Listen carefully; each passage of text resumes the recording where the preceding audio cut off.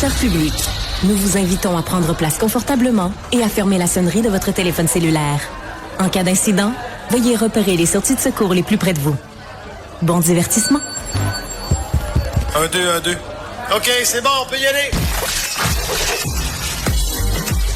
Sophie Durocher.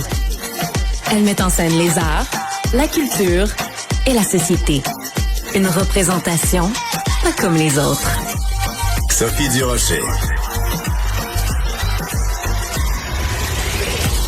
Bonjour tout le monde, très contente de vous retrouver. Avez-vous écouté tout à l'heure ma discussion avec Benoît Dutrisac? C'est très difficile d'avoir une conversation avec Benoît Dutrisac de façon continue. Je l'adore, je te salue Benoît. Est-ce qu'il m'entend? Benoît est en train de saluer son équipe parce que c'est vendredi. Tu sais, une fois par semaine, il salue l'équipe. Bonjour Benoît. Au revoir Benoît, je t'aime moi aussi.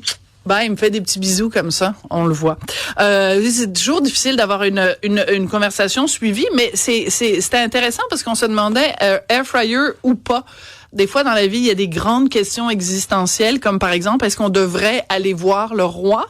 Plus tard dans l'émission, je vais parler avec un jeune homme de 28 ans qui a mis sur pied la Société de la Couronne du Canada. Parce que lui, il pense qu'il faut préserver le patrimoine royal au Canada et il est hyper excité à l'idée de la visite de Charles III la semaine prochaine. Donc, on va se parler. Ça va être un petit peu plus tard dans l'émission. Mais on va commencer l'émission avec Sarah Maud Lefebvre, qui est journaliste au bureau d'enquête de Québécois. Bonjour Sarah Maud. Bonjour. Merci de nous rendre visite en studio. Maintenant qu'on est voisins, tout le monde dans la même bâtisse, ça vaut la peine. C'est pour ça que on a déménagé tout le monde ensemble pour pouvoir justement communiquer comme ça. Hier, j'étais à mon bureau en train de préparer l'émission et toi, tu étais en train de faire des téléphones pour obtenir des réactions à la Commission municipale du Québec qui tape sur les doigts de la ville de Beauharnois. Pourquoi, Sarah Maud? Tout ça part d'un reportage qu'on a fait il y a quelques mois au mois de janvier où on a dévoilé, dans le fond, des dépenses incroyables qui étaient faites à la ville de Beauharnois, un peu en cachette, sur les cartes de crédit de la municipalité. Donc, on a sorti ce reportage, on a expliqué l'ensemble de ces dépenses-là. À la suite de puis quoi... on la voit ici, la une du Journal de Montréal, ça disait alcool, viré à l'hôtel, homards et même des chats aux frais des contribuables de Beauharnois. Je t'avoue que ce titre-là ça frappait fort. Et donc, c'était absolument incroyable ce que tu racontais dans ce texte-là. Dans une ville, là, normalement, quand on fait des dépenses, on a des directions, la direction des ressources matérielles, exact, qui font des appels d'offres, qui font des ententes avec des fournisseurs. Là, on se rend compte que ce qui est particulier avec les cartes de crédit dans les municipalités, c'est que on peut dépenser à peu près n'importe quoi là-dessus sans surveillance.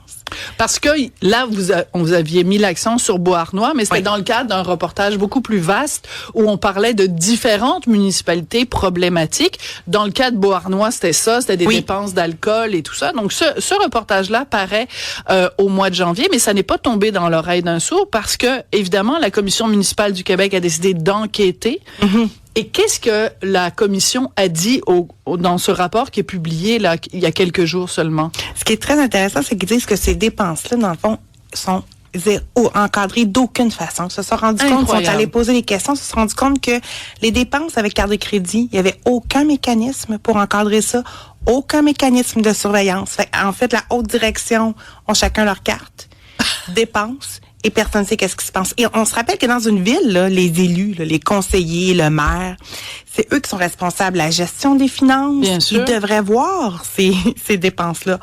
Or, elles ne sont pas présentées de manière détaillée au conseil municipal. Ils reçoivent un montant final puis ils signent. Donc, non seulement c'est pas présenté au conseil municipal, donc ça veut dire que les membres de la haute direction municipale n'est pas au courant, mais ça veut dire par ricochet que le contribuable qui, lui, paye pour ces dépenses-là n'est même pas à même de pouvoir dire, donc il y a aucune, c'est en toute impunité, il y a aucune redevance, là. Oui, il y a pas d'imputabilité. Voilà, d'imputabilité. Exactement, parce qu'un citoyen ne peut pas demander à avoir, c'est pas déposé les relevés de carte de crédit en séance du conseil municipal, donc le citoyen n'a pas accès à ça. Et plus encore, la commission municipale du Québec expliquait que la trésorerie de la ville de Beauharnois ne peut même pas refuser une dépense. Mais ça, c'est un non-sens. Quand on dit, normalement, que ce soit un organisme municipal, provincial, fédéral, quiconque est au gouvernement, normalement, on leur demande, puisqu'on les élit, on leur demande de gérer notre argent. Traditionnellement, on dit en bon père de famille. Mais si il y a aucune dépense qui peut être refusée, c'est comme si je donne ma carte de crédit à mon enfant de 17 ans, là. Ben, la Commission municipale du Québec a dit vous devez d'urgence mettre en place des mécanismes de surveillance, des mécanismes pour encadrer ces dépenses-là. Parce que là, actuellement, par exemple, la directrice générale, elle peut dépenser jusqu'à 25 000 $. Donc, elle a un seuil qu'elle peut dépenser par année sur la carte de crédit, mais il n'y a rien qui encadre le type de dépenses qu'elle peut faire là-dessus. Donc, c'est là que nous, qu'on est venus, on a analysé ces cartes de crédit-là, puis on s'est rendu compte qu'il y a des dépenses qui étaient surprenantes là-dedans, des dépenses, comment juste même s'assurer qu'on a le meilleur prix? Ben oui. Quand on commande sur Amazon, là, directement comme ça, comment s'assurer qu'on a accès au meilleur prix, aux meilleurs fournisseurs? Donc, c'est vraiment à plusieurs niveaux que c'est inquiétant. Donc, ça veut dire que c'est justement, comme tu disais au tout début, normalement, on fonctionne par appel d'offres. On dit, on a besoin d'avoir des nouveaux bureaux, par exemple, ou on a besoin, je sais pas, d'une machine à café. Donc, on va faire théoriquement un appel d'offres, on va prendre le plus bas soumissionnaire ou on va comparer. Mais si tu prends ta carte de crédit, c'est le bar ouvert. Oui, puis c'est ça, faire des appels d'offres à partir d'un certain montant, mais sinon, même si t'es pas obligé d'un appel d'offres, ben, généralement, tu vas aller faire un petit magasinage, vérifier les prix, etc. Ben, c'est comme on ferait, nous, à la maison, là, tu sais, tout à l'heure, je disais à Benoît, je veux m'acheter un air fryer, mais avant de l'acheter, je vais comparer celle de Ricardo, le ci, le ça. Tu sais, je veux dire, on fait ça normalement. Donc, là, ça veut dire quoi? Au municipal, en tout cas à Beauharnois, ils s'en fichent complètement, ils font juste dépenser, puis sans aucune imputabilité. Oui, puis c'est un angle mort un peu, parce que Beauharnois n'est pas la seule ville qui fait ça. Donc, l'usage des cartes de crédit doit être très clairement mieux encadré. Tu sais, puis on a vu les dépenses qu'il y avait là-dessus qui étaient quand même assez surprenantes. C'est quelles dépenses qui t'avaient quand tu as fait le reportage, quand le bureau a fait le reportage en janvier, la dépense qui t'avait le plus choqué, c'était-tu les chats ou le homard ou le 5 000 $, l'auberge Hatfield, c'était quoi? Ce qui m'avait étonné, c'était peut-être le montant total de me rendre compte qu'on dépensait des dizaines de milliers de dollars par année en activités pour les employés. C'est ça que j'avais trouvé quand même surprenant. T'sais, on peut comprendre qu'il y ait un party de Noël chaque année, une petite sortie au restaurant. Là, je me rendais compte que moi, je suis arrivée à un chiffre de 30 000 $ par année d'activités pour la petite municipalité. Puis on s'entend, sont une vingtaine d'employés. Quand j'en ai parlé au maire, il m'avait repris. Il dit, c'est pas 30 000, c'est 40 000, moi, que je dépense par année. Il dit, t'as pas eu accès à tout. Non, mais il est incroyable. Alors, le maire de Beauharnois, on le salue, il est sûrement en train de nous écouter en ce moment. Il s'appelle Alain Dubuc. Donc, lui, il est assez hallucinant parce que toi, tu es arrivé avec donc cette décision de la Commission municipale du Québec qui dit non, là, les dépenses, par exemple, la Commission dit les dépenses en alcool, c'est non, ça n'est pas légitime, ça ne devrait pas. Puis lui, il dit, ben c'est pas grave, moi je vais quand même continuer à dépenser pour l'alcool parce que je trouve que c'est bon pour le moral des troupes. Ouais, j'ai demandé à la Ville de Beauharnois, est-ce que vous allez apporter ce changement-là qui est recommandé? Parce que dans plusieurs villes du Québec, c'est tout simplement pas permis d'acheter de l'alcool avec des fonds publics. Là, je pense par exemple à la Ville de Montréal. Les gestionnaires peuvent pas acheter de l'alcool au party de Noël avec des fonds public. Donc, j'ai dit d'abord, est-ce que vous allez apporter un changement? Puis on m'a répondu hier aux communications que pour le moment, non. Et le maire, dans sa réaction au rapport de la CMQ, lui, c'est comme félicité du fait qu'il n'y a aucun acte illégal. Oui, parce que c'est important de le mentionner, Sarah Maud. C'est important de le mentionner. Oui, la commission est très sévère en disant c'est des dépenses qui n'ont pas lieu d'être, mais elle ne dit pas que ce sont des dépenses illégales. Elle dit juste c'est une mauvaise gestion des fonds publics. Oui, exactement. Elle dit mettez en place des mécanismes. Oui, oui. Elle dit mettez en place des mécanismes pour vous assurer que vous savez comment vous dépensez votre argent. Arrêtez de dépenser de l'argent pour l'alcool idéalement, mais oui, au sens de la loi. Il n'y a pas eu de détournement de fonds, il n'y a pas eu de vol, il n'y a pas eu... C'est juste une mauvaise utilisation parfois de l'argent, puis un mauvais encadrement selon la commission. Oui. Alors je veux revenir sur le maire donc qui donc manifestement lui trouve que pour la collégialité, pour la motivation des troupes, c'est important d'avoir toutes sortes d'événements pour que les gens se sentent impliqués dans la communauté, dans la municipalité. On peut le comprendre. Par contre, dans les chiffres que vous aviez sortis à l'époque, Sarah Maud, on nous disait par exemple le party, moi c'est ça qui m'a le plus frappé. Party de Noël 2023, on a fait imprimer sur des shops de bière le logo de Beauharnois. Ouais. Ben, tout le monde au Québec en ce moment se serre la ceinture.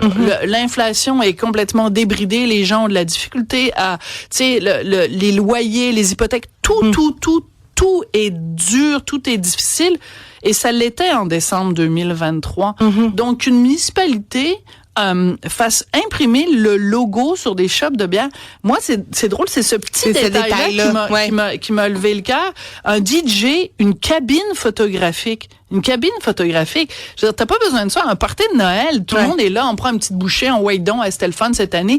Mais là, une cabine photographique, pourquoi? Les élus de Beauharnois sont si beaux que ça qu'ils ont besoin de se faire photographier la face au party de Noël. Je trouve ça un peu... Mais la directrice générale, quand je lui en avais parlé, elle avait plaidé que le recrutement est extrêmement difficile, que c'est dur de garder ses employés, qu'elle avait une jeune équipe, que c'est important de la garder motivée, d'où ces activités-là, parce que, bon, là, tu as soulevé l'exemple du party de Noël, mais c'est pas que ça quand on dit pour 30 000 $ ou 40 000 $, d'activités sociales par année, c'est que c'est, en plus du party de Noël, c'est une activité de sortie dans un bar à burger, un tournoi de golf avec de l'alcool payé, c'est l'auberge Hadfield. L'auberge Hadfield, tu sais, c'est une question qui peut se poser, tu sais, le maire a pas aimé quand j'ai posé ces questions-là, mais quand on a des locaux là dans une municipalité là où on doit se rencontrer pour parler de budget, est-ce que c'est nécessaire d'aller passer une nuit à l'hôtel pour discuter du budget?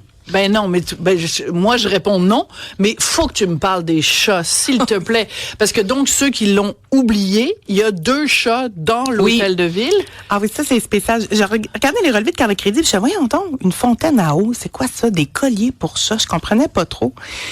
Puis j'ai posé des questions à la ville, puis on dit oui, on a adopté 2 chats à des fins de zoothérapie pour nos employés. Mais oui. C'est des beaux petits minous. C'est des beaux minous. Les minous de Beauharnois. Oui, exactement. Mais moi, si j'étais citoyenne de Beauharnois, j'aurais le minou en travers de la gorge. Oui, mais moi, c'est des citoyens qui m'en ont parlé puis qui m'ont demandé de faire des recherches à ce sujet-là, mais c'est ça. Oui, c'est des citoyens parce que ils circulent librement à l'hôtel de ville, à ce que j'ai compris. Les citoyens aussi, ils ont accès. Il y en a plusieurs qui adorent ça. Il y en a d'autres qui m'ont dit, écoutez, nous, on trouve que c'est peut-être pas normal qu'on ait toutes des chats, en fait, payés par les deniers publics, là. Ben, je vais poser une question nounoune, mais tu sais, mettons, mon chum, moi, il est allergique aux chats. On n'y habitera jamais à Beauharnois. C'est des plans, il va à l'hôtel. Non, mais c'est nono à dire. Ouais. Mais je veux dire, c'est pas l'endroit, c'est pas la place. Vous avez vraiment besoin de zoothérapie. Ils sont fragiles un petit peu à Beauharnois. C'est moi qui le dis, hein. C'est pas toi. Je veux pas que te mettes dans le trouble. C'est un débat public à avoir. Le maire, je sais pas s'il vient peut-être du milieu privé, là, mais le maire dit, écoutez, moi, si je me donnais 1% d'augmentation à tous mes employés pour les garder motivés, ça me reviendrait plus cher que ça. Pour lui, c'est primordial. Il a même dit, j'ai engagé la nouvelle directrice générale pour ça. Pour motiver les troupes. Mais après ça, c'est ça, il y a aussi un contexte budgétaire, puis c'est ça qui semble déranger certains citoyens. Ben, c'est surtout qu'il y a certaines règles, et c'est pour ça que c'était très important. Premièrement, en janvier, que vous fassiez au bureau d'enquête cette enquête-là qui avait beaucoup fait jaser. Et là, ça a déclenché cette enquête de la commission municipale du Québec. Là, évidemment, on s'attend de la part de la commission municipale peut-être qu'il y ait d'autres municipalités qui se fassent pointer du doigt ou taper sur les doigts. Ça vient par dénonciation ou par article médiatique. Dans ce cas-ci, la commission municipale ouvre une enquête à la lecture de nos articles. Dans d'autres cas, il faut que ça soit un citoyen. N'importe qui peut souligner une question à la Commission du Québec puis qui ouvre une enquête ensuite, là. Alors, qu'est-ce qu'on fait? On encourage les gens qui nous écoutent. Si vous voyez des choses qui se passent, écrivez-nous. Écrivez-nous au bureau d'enquête. En premier. Ben, écrivez-nous en premier. Laissez faire la commission. Non, écrivez-nous.